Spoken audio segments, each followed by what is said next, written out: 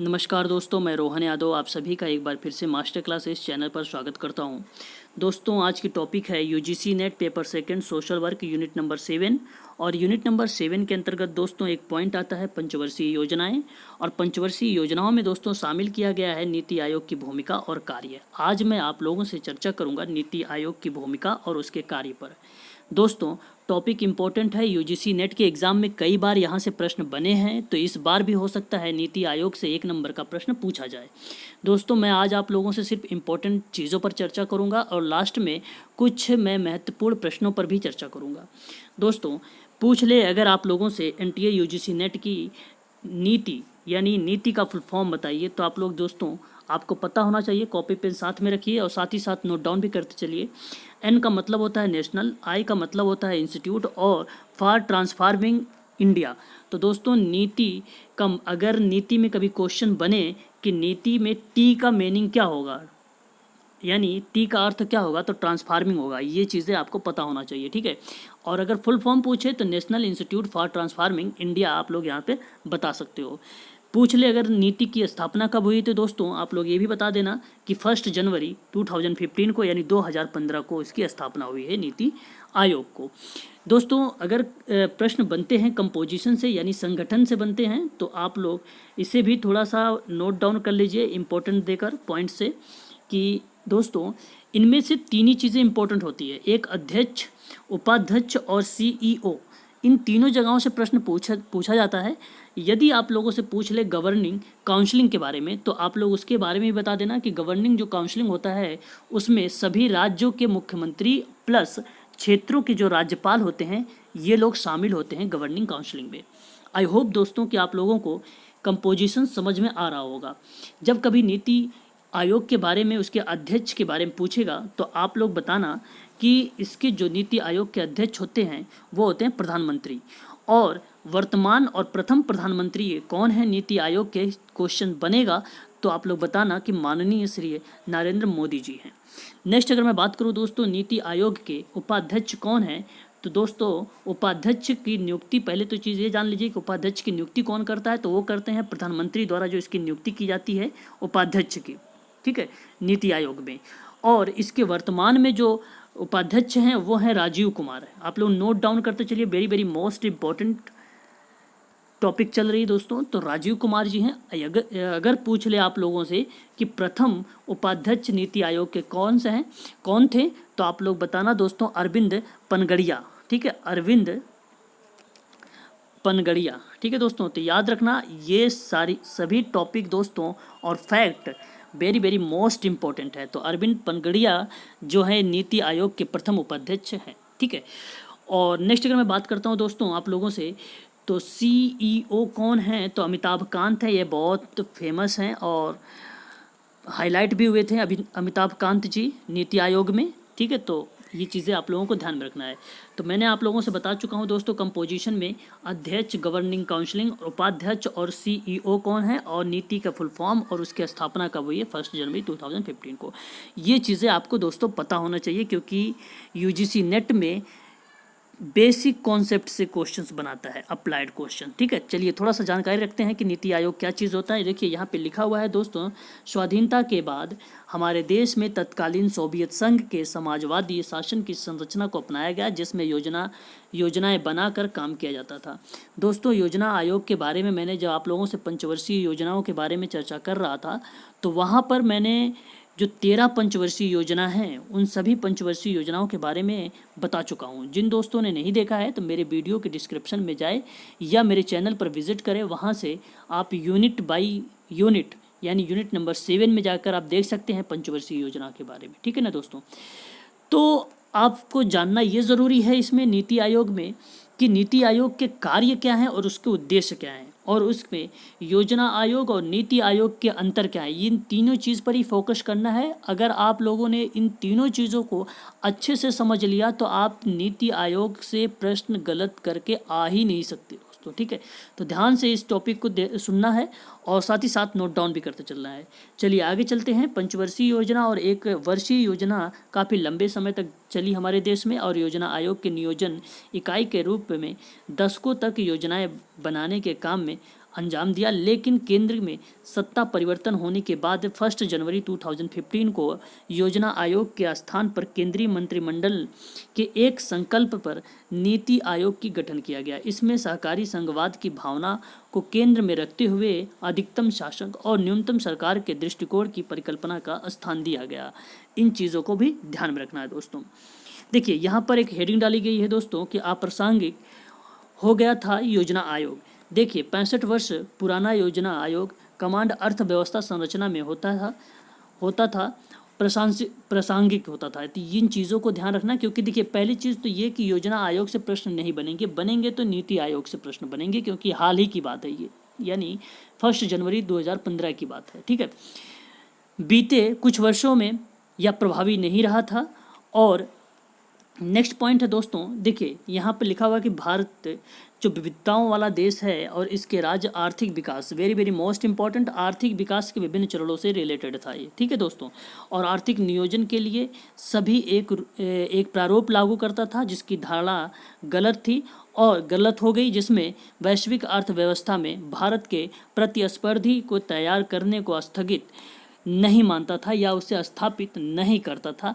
ये चीज़ें भी आपको ध्यान में रखना होगा। ठीक है, जैसे कि मैं आप सभी लोगों के इसके नीति आयोग की जो संरचना है मैं बता चुका हूँ कि अध्यक्ष प्रधानमंत्री होते हैं और उपाध्यक्ष प्रधानमंत्री द्वारा नियुक्त किए जाते हैं। और कौन वर्तमान में उपाध्यक्ष हैं तो राजीव कुमार जी हैं, मैंने बता चुका हूं। अगर पूछे कि प्रथम उपाध्यक्ष नीति आयोग के कौन थे तो अरविंद पनगड़िया जी थे, ये भी मैं आप लोगों से चर्चा कर चुका हूं। संचालक परिषद, जिसको मैंने कहा है अभी गवर्निंग काउंसिलिंग के बारे में बताया, जिसमें सभी राज्यों के मुख्यमंत्री और केंद्र शासित प्रदेश के उपराज्यपाल शामिल होते हैं। ठीक है, तो ये चीज़ों को भी ध्यान में रखना। क्षेत्रीय परिषद के बारे में भी बात कर लेते हैं, जिसमें विशिष्ट क्षेत्रीय मुद्दों को संबोधित, वेरी वेरी मोस्ट IMP करिए दोस्तों इसको, टॉपिक को, पॉइंट को। विशिष्ट क्षेत्रीय मुद्दों को संबोधित करने के लिए प्रधानमंत्री और उसके द्वारा नामित व्यक्ति मुख्यमंत्रियों द्वारा और उपराज्यपालों की बैठक की अध्यक्षता में किया जाता था। ये भी चीज़ें आपको ध्यान में रखना होगा।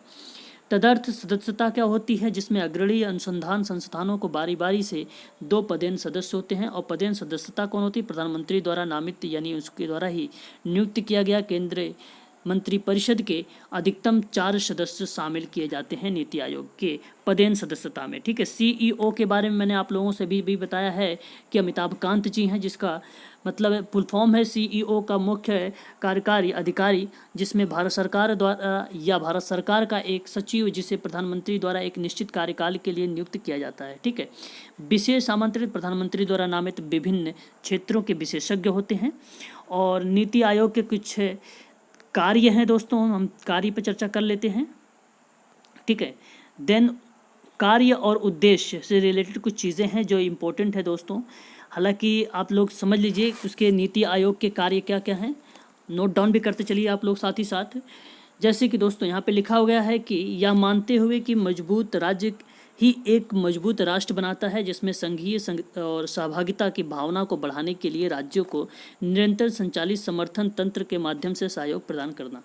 दोस्तों याद रखना कि नीति आयोग के जो कार्य होते हैं, पहली चीज़ तो ये याद रखना कि नीतियों के क्रियान्वयन का तेजी करना या तीव्रता को बढ़ाना, ये एक नीति आयोग का कार्य के रूप में माना जाता है। केंद्र व राज्य का समन्वय करना या कोऑर्डिनेशन करना, उसको बढ़ावा देना, ये भी नीति आयोग के कार्य के रूप में देखा जाता है। आप लोगों ने नाम सुना होगा दोस्तों थिंक टैंक, नोट डाउन कर लीजिए। थिंक टैंक से प्रश्न बना है, इसलिए very very most important IMP करिए इसको और इसमें लिख लीजिए कि थिंक टैंक के रूप में कार्य करना ये नीति आयोग का एक महत्वपूर्ण कार्य के रूप में देखा गया है। थिंक टैंक का मतलब क्या होता है ये जान लेते हैं। जैसे योजना आयोग में पूर्व व आंशिक सदस्य होते हैं, जो पूर्ण या आंशिक रूप से जो सदस्य होते हैं ये विशेषज्ञ होते हैं, अलग अलग क्षेत्रों के विशेषज्ञ होते हैं। अभी भी मैंने आप लोगों से चर्चा किया है यहाँ पर, जिसमें सारी चीज़ें इंक्लूड की गई थी दोस्तों कि क्षेत्रीय मुद्दों पर संबोधित करते हुए क्षेत्रीय परिषद में, जिनमें नामित व्यक्ति मुख्यमंत्री या उसके उपराज्यपालों की बैठक की जो अध्यक्षता होती है वो एक पूर्व व आंशिक सदस्य के रूप में देखने को मिल रहा है। ठीक है, तो इन चीज़ों को ध्यान में रखना आप लोग। नेक्स्ट अगर मैं बात करता हूं दोस्तों संचालक परिषद में, यहीं पर ही देख लीजिए आप लोगों से यहाँ पे लिखा गया है और चर्चा किया गया है कि सभी राज्यों के मुख्यमंत्री और केंद्र शासित प्रदेशों के उपराज्यपाल इसमें शामिल होते हैं। ठीक है, नेक्स्ट है दोस्तों, इसके कार्य के बारे में अगर आपको जानना है तो ये भी जान सकते हैं कि योजना आयोग में केंद्रीय कृत नीति की जगह जो क्षेत्रीय नीति को बढ़ावा देना ही ये भी नीति आयोग का एक कार्य के रूप में जाना गया है। ठीक है दोस्तों, तो अब हम चर्चा कर लेते हैं उद्देश्य के बारे में थोड़ा सा। उद्देश्य क्या है, और यहाँ पे लिखा गया है कि ग्रामीण स्तर पर विश्वसनीय योजनाएं बनाना और जिसमें विकसित करना, सरकारों द्वारा उच्च स्तरों तक उसे उत्तरोत्तर विकसित करना या उसका विकास करना नीति आयोग का एक कार्य है। और राष्ट्रीय सुरक्षा के हितों में आर्थिक रणनीति और नीतियों को शामिल करना ये भी एक नीति आयोग के उद्देश्य है। समाज के उन वर्गों को विशेष ध्यान देना चाहिए आर्थिक प्रगति के पर्याप्त रूप से लाभान्वित नहीं, देखिए यहाँ पर लिखा गया है कि समाज के उन वर्ग पर विशेष ध्यान देना जो आर्थिक प्रगति से पर्याप्त रूप से लाभान्वित नहीं है। ठीक है, तो इन चीज़ों को ध्यान देना। और देखिए उद्देश्य से प्रश्न पूछे जाते हैं दोस्तों, ठीक है ना, ये चीज़ें ध्यान रखना उद्देश्य और कार्य से।